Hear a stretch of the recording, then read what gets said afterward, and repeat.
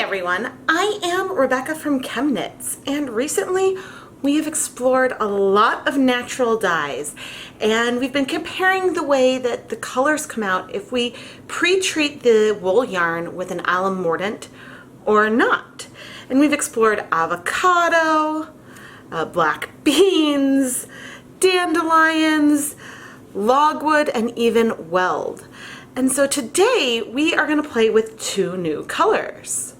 About a year ago, when Stony Creek Colors sent me their plant-derived indigo for me to try out some videos, they also sent me some black walnut paste and some maddar paste extract as well. I hope that these are still in good enough condition for me to use today, but I am really excited. My mini skeins that I treated with the alum mordant in the dandelion video a little over a week ago are ready to go. I also have some untreated mini skeins that have soaked in just some plain tap water for a couple hours, but probably 30 minutes would definitely be sufficient. All of the yarn is 75% superwash merino, 25% nylon, DK weight from wool to dye for. Just like in the last video, I have jars which are labeled yes and no, so I can tell the difference between the different dyes and whether or not the yarn was treated with a mordant. Let's try this black walnut paste extract first. Oh, that looks pasty. I'm not sure. Oh, I totally can fit this in. Okay, let's do. This is an extremely scientific, probably somewhere between a quarter teaspoon and, this is probably somewhere between a quarter teaspoon and something. Maybe a half and a whole teaspoon. But that seems to be dissolving reasonably well. I probably should have pasted it a bit better. But I'm going to keep stirring this up until it's all off the spoon and it's all dissolved. And now that it is pretty decently dissolved, I'm going to attempt to put about a cup of this mixture into each of these jars. I have no idea if this is way too much or way too little. There's definitely a little bit of residue left behind. So there could be more color in one than the other, but we will just have to see what we get from this first pass. And actually, I may as well see if I can dissolve this last bit. Next, let's try the maddar paste extract. Oh, that looks really pasty as well. Oh, okay, so let's do about 2, 3, 4. That's like about a whole teaspoon of this paste. Oh, this is dissolving way easier. This is a lot more liquidy than the last one. I think it smells a little bit like paint, if that makes sense. I tend to like dyes that are, oh yeah, this is more like a suspension than a solution. I don't think that this is like really dissolved. So we're gonna do the best that we can with it. But in general, I was just gonna say I like pastes more than powders because of solubility reasons, but there we go. Okay, I am once again going to try to split this approximately evenly between our two jars.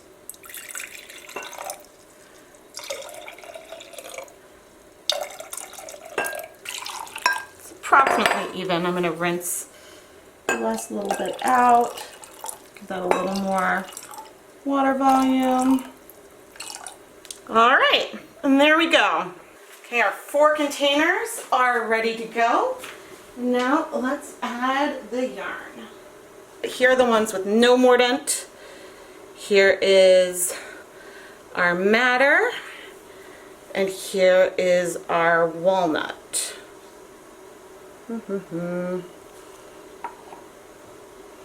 Go in. The nice thing is that these are the same jars as last time, so even the yarn, like this jar has had no mordant in it before. That brown is awesome. And now I am going to add the yarn into the 2 yes jars that has been treated with mordant.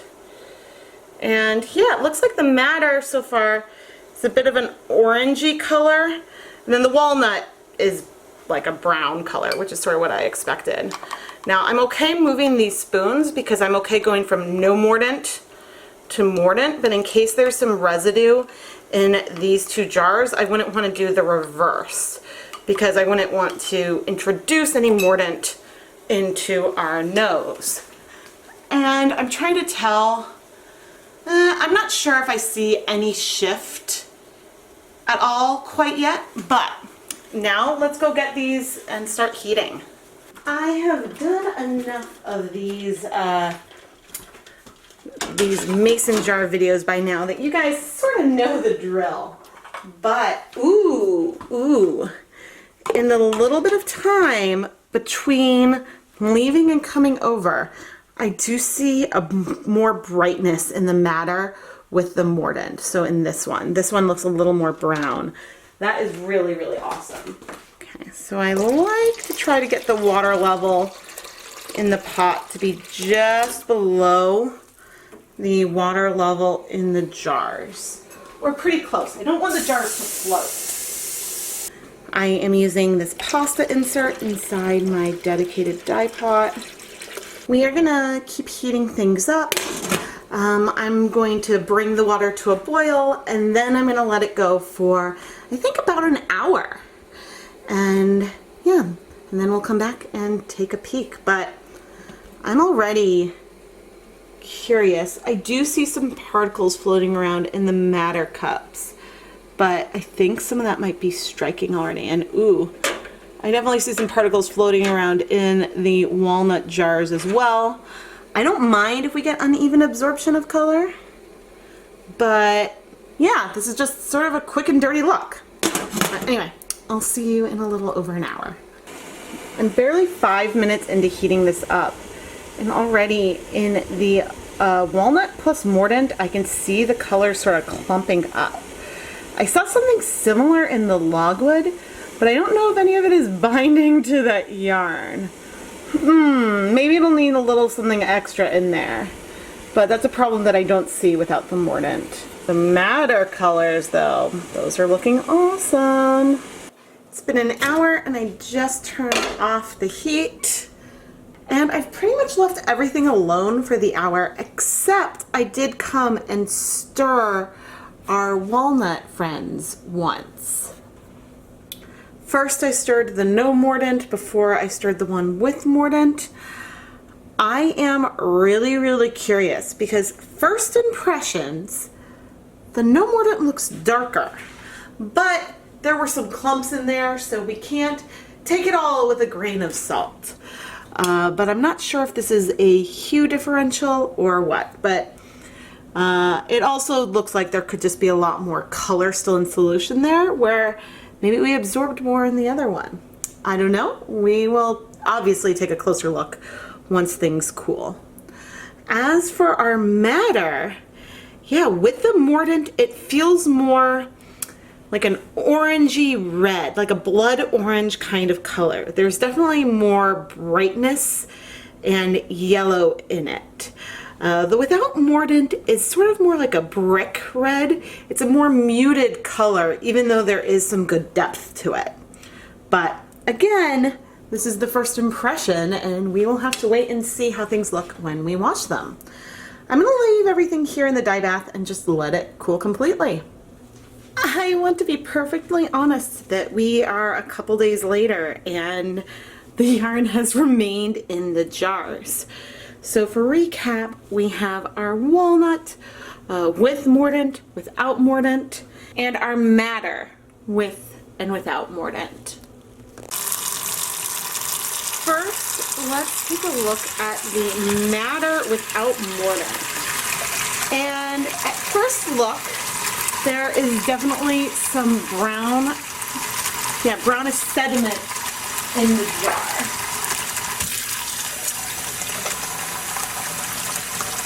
Ooh, this yarn is beautiful. There's some really good tonal variation in here. We've got some beautiful tonal variation in here. The maddar was striking quickly and unevenly, which is not something you see with a lot of natural fibers. This is a beautiful, warm-toned, almost red color. We still have a little bleeding. I'm going to go ahead and add some soap just to see if that's going to cause anything else to come out. But, I mean, I'm impressed with how much pigment there is in here. Like, there's maybe a little bleeding, but most of this pigment is remaining in the yarn. There's still some soap in our rinse bath, but let's take a look at the maddar with the mordant. I would say what's left behind looks pretty reddish to me. Yeah, there's no question, and I'll show the empty jars in the end. There's no question that there's a color difference between the with mordant and without.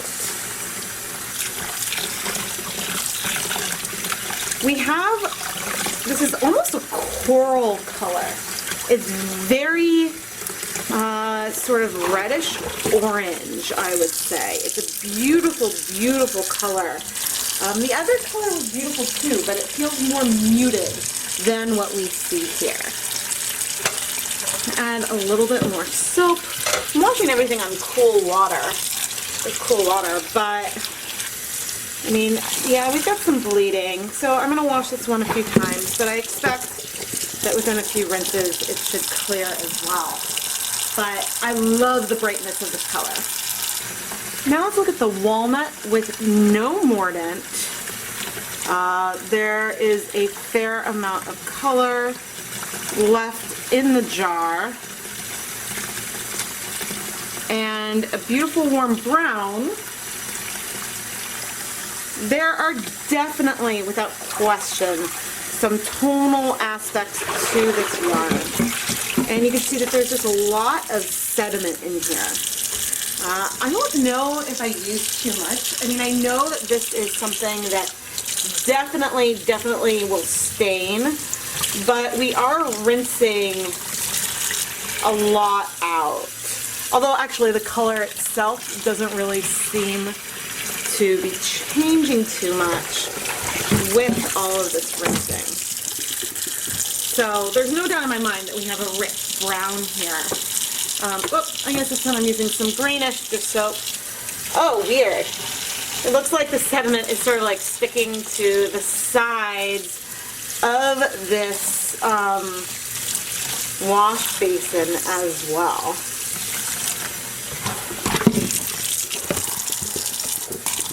Yeah, I think this is going to require a lot more washing than the maddar did. But maybe actually that soap helped because it seems that a lot of stuff was clinging to it. But I'm seeing, yeah, just a lot of color run off. Okay, I'm going to set it aside for a minute. It still needs more washing. Let's look at our walnut with the mordant. And this was perplexing to me because this color is a lot paler right off the bat. I'm not sure. We'll take a look at all the rinse baths at the end. So I'm not sure if it's more pigmented. The rinse looks more pigmented than what we see here, but something about these conditions, the walnut did not like the conditions that we had. So whether it was crashing out, maybe I waited a little too long to add heat, I'm not sure. This color is beautiful. it's just way, way, way less saturated than what we saw with no mordant. And so sure, it's possible that there was less color. Maybe a little less color went into that jar, but if we look at the jars with no mordant and yes mordant, there's a lot of color left over in both. And here we have our yarn that did have the mordant, which actually the rinse is now looking relatively clear. So if we take this yarn and compare it to the yarn with no mordant, this is not what you would expect. You would have expected, I think, the reverse in terms of the color. And I know, I mean, I'll go back and check the footage, but I know I did not mix these up because I added the yarn to the no's at the same time and to the yeses at the same time. So this is just honestly super, super perplexing. It is important that we all remember that the molecules that produce pigments in natural dyeing vary from plant to plant. And so the way that they will interact with metal ions also varies. And so we got really different results with the madder and the walnut when we used a mordant and when we didn't. But I am going to continue to wash all of this yarn. I'll probably put a zip tie around it. And at this point I'm going to wash it all together just to make sure. But then we will hang it up, put it through the spin dryer and hang it up to dry and come back and give our final thoughts. The two walnut jars haven't had as long to settle yet, but they both look pretty opaque. And the madder jars, the sediment settled pretty quickly. There's definitely some sediment in the bottom of each of those jars. And you can still see some color in the jars themselves as well. I'm going to let the jars sit here a little while and see if anything settles in the walnut jars. After 15 minutes, and the walnut jars are starting to settle.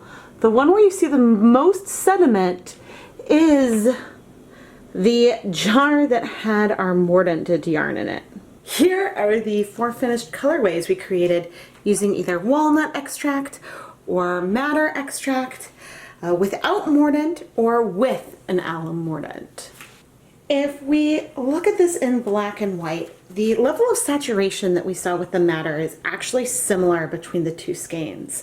But there's no question, we got a lot more color with our walnut on the yarn that had not been treated with any mordant. Looking at it in the black and white actually surprised me because this one looks a bit more saturated than our with alum mordant because the color is a deeper red versus being a brighter, almost coral red orange color. This is the last project in my first exploration of alum mordants on yarn, and I have learned a lot, and I certainly have a lot more questions. Unlike all the other yarn that I treated with the alum in this series, the two skeins from this video did sort of wait a week before I did this dyeing experiment. So I have no idea if that contributed to the results that we saw in any way, but yeah, I just definitely need to do a lot more research and look up protocols for each of the individual dyes. But some of these colors strike pretty quickly, especially in the presence of the mordants. And so it could be really, really cool to attempt some variegated techniques with some of these extracts. I think that could be super, super fun. I'm not sure how well it will or will not work, but it's definitely something I'd like to play around with. Do you have any tips or tricks when it comes to natural dyeing yarn or other fabric? Please let me know in the comments. I know that you can get different colors depending on what mordant you use, but I think in a lot of the examples that I see, I'm not always finding the without mordant option on there.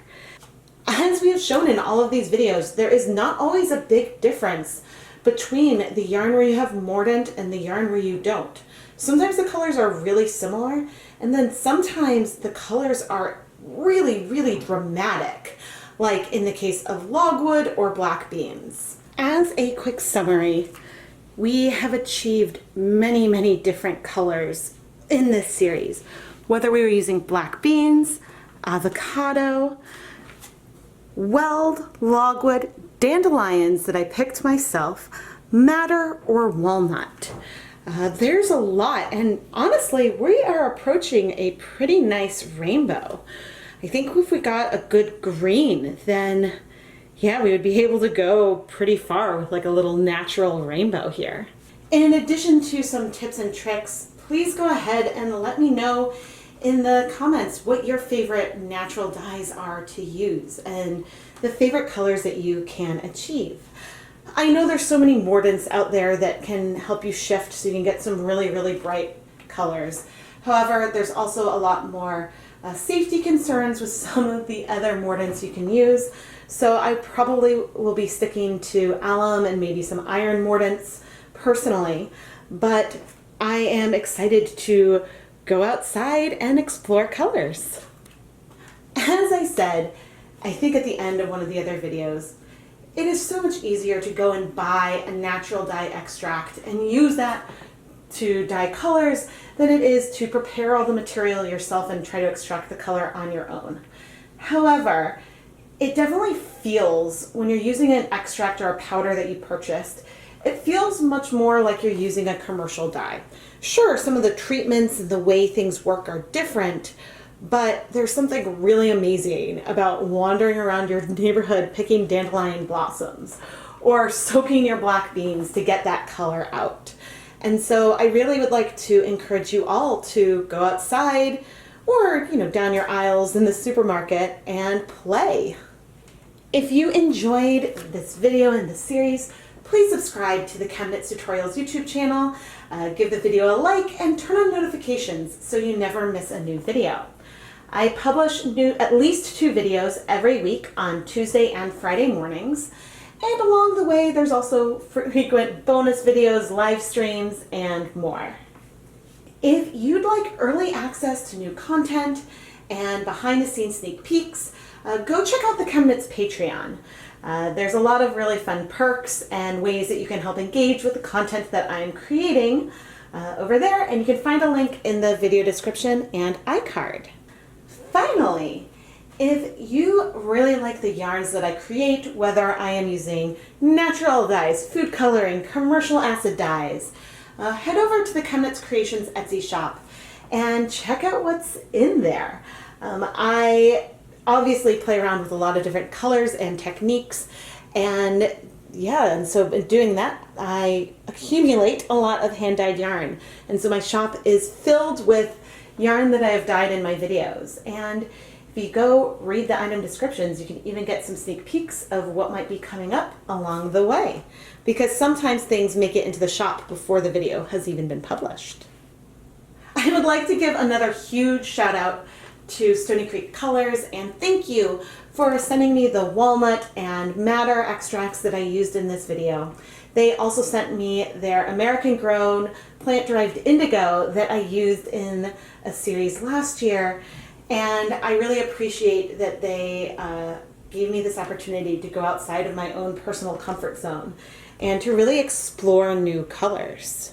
They have a lot of extracts and things like that on their website, and so you can also find a link to that in the video description. I am Rebecca from ChemKnits, and thank you so much for watching, everyone.